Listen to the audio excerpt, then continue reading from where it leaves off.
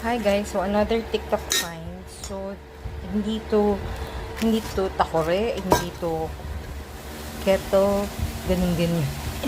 Ito yung nakita ko sa TikTok kasi yung pag may used ka na oil, pwede mo siya dito i-transfer. Ang kinagandahan nito, may filter siya. So, sa mga nagsasala ng oil, alam nyo na pag ganyan yung klase yung filter, hindi ganun kabilis yung pagsala niya, which is okay, no? Kasi, iba naman yung consistency ng oil, kaya nararapat lang na medyo pinuhin niya talaga pag nalaglag yung oil at maiwan yung residue ng pinaglutuan. So, yan.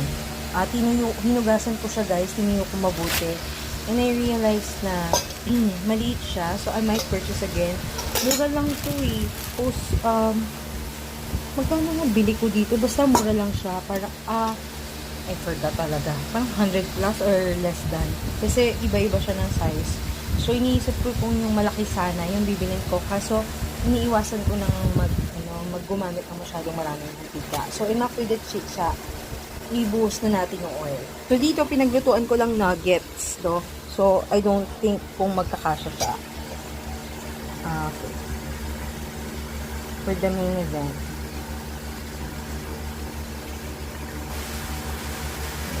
Oh, mabilis naman siya malaglag.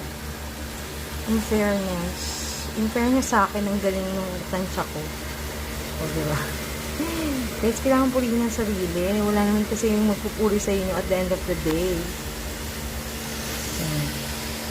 Okay na yan. So, tip ko lang, so may naiiwan pang mga manti-mantika dyan, pwede kayong gumamit ng tissue paper, guys. Huwag yung banlawan sa lababo para hindi magbara.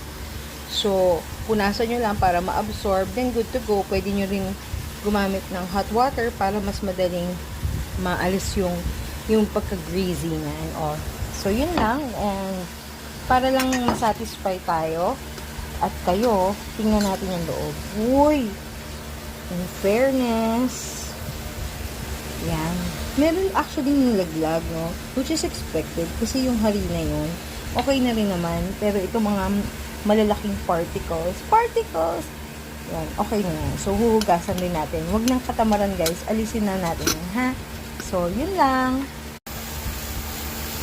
Nakalimutan ko palang sabihin. Meron rin pala siyang takip. Yan. Yan, diba? Ito talaga yung yan talaga yung magka-cap off sa pag-purchase nito. Yung pangalan nito. O basta yan. Okay.